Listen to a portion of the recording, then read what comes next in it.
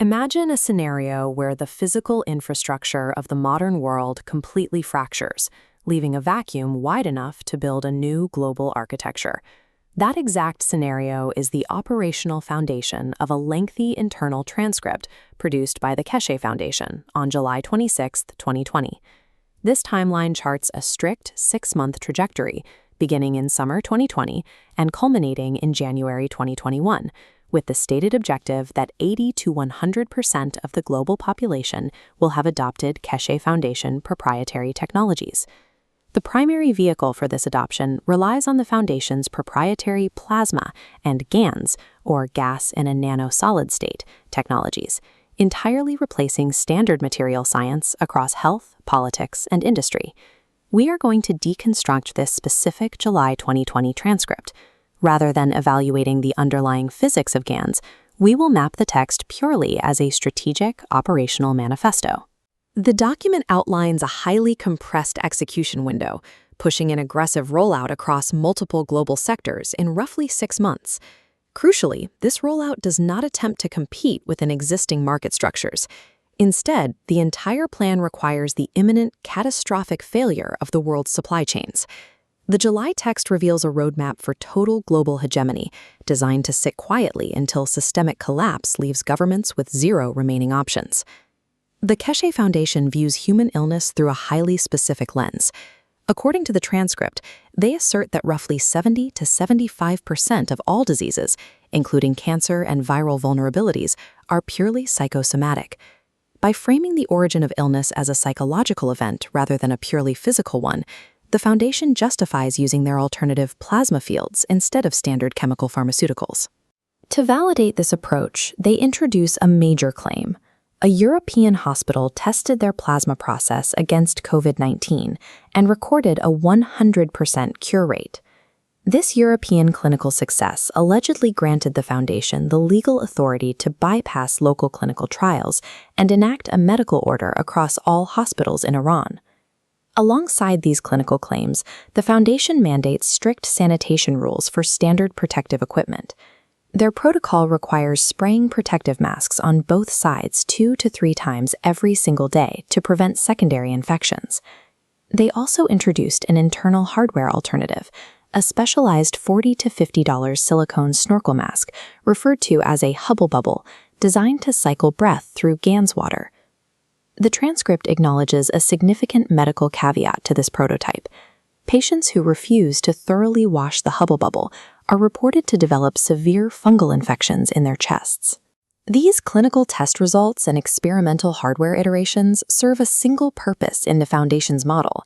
They provide the empirical wedge required to dismantle standard virology and establish themselves as the primary medical authority. Leveraging the authority claimed from the European trials, the Foundation immediately shifted its focus to the center of Iran's physical medical infrastructure. The text details a direct confrontation with the state. Foundation teams report taking physical control of a 90-bed hospital facility, including the emergency ward, directly defying official government directives. This chart visualizes the specific pre-intervention data cited in the transcript. Under standard medical care, the targeted hospital recorded 8 patient deaths within a 3-day window. Following the takeover, they applied a proprietary 5-cup system designed to enact direct biological changes. In the subsequent 3-day window, 8 critical patients stabilized, 3 were fully discharged, and the KF Care fatalities bar stays flat at 0. Controlling the facility meant controlling all sanitation protocols. The Foundation issued highly granular rules regarding the facility's plumbing, specifically warning that the virus causes active bladder infections. Because of this active shedding, the Foundation's protocol requires individuals to thoroughly spray public toilets, both immediately before and immediately after use, to prevent direct cross-contamination. The Foundation actively uses this localized clinical data not just to treat patients, but to physically occupy state-run institutions and rewrite national public health policy from the inside. These unauthorized hospital occupations immediately generated severe friction with Iranian government ministries, who moved to contain the Foundation's expansion. The Foundation responded with a specific counteraccusation. They claim Iranian President Rouhani committed a criminal act by directly calling the president of another country to internationally block the foundation's technology. In retaliation, the foundation used their mortality data to apply pressure to the Iranian parliament, actively pushing them to issue a vote of no confidence to impeach the president. The transcript explicitly outlines the consequences of a political blockade. If the government fails to impeach the president and adopt the technology, the foundation predicts immediate civic uprisings and a collapse into emergency elections. To capitalize on this unrest, they initiated a broad propaganda strategy. They designed visual banners uniting the 8 distinct minority sections of Iran entirely under the Keshe Foundation logo. The medical data is secondary to the geopolitical objective.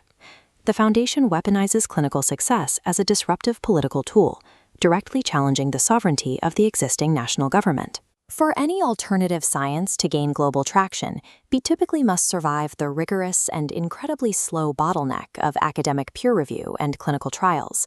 This flowchart maps out the foundation's strategy to bypass that bottleneck entirely. Rather than submitting to universities, they applied for an international ISO number for an internal concept they call plasma time. Securing this specific administrative number creates a massive operational loophole. It allows the foundation to instantly classify their internal documents as published, internationally recognized scientific papers within a 5-day window.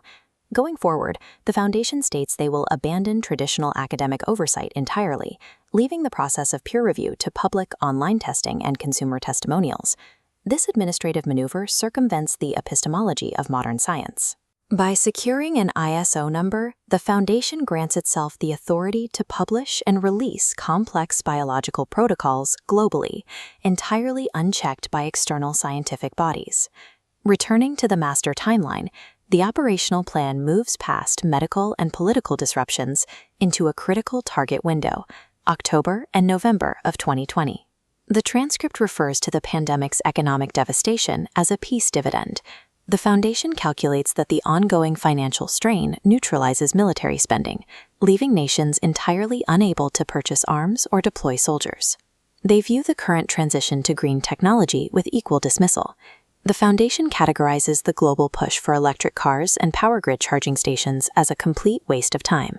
Instead, they announce the imminent release of new sequential flight systems. These vehicles allegedly require no electric motors and generate all necessary operational power internally. But the adoption of this hardware requires a catalyst. The foundation forecasts a cataclysmic failure of the global agricultural harvest by late autumn, leading to widespread food insecurity. To replace the failing food supply, the foundation will tailor plasma energy to replicate physical eating. Their GANS process is specifically designed to simulate the emotional satisfaction, the smell, and the exact physical sensation of chewing meat, without requiring actual agriculture. Once the food supply is replaced, the final domino falls. As populations run out of money to pay utility bills, the foundation plans to step in and entirely replace home heating and municipal energy grids.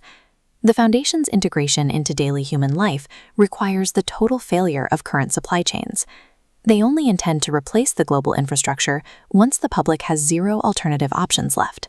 This timeline pulls the strategic map into focus. Hospital takeovers, political impeachment, the ISO bypass, and agricultural collapse all converge on a single target date. The mechanism driving adoption isn't market competition, it's global desperation.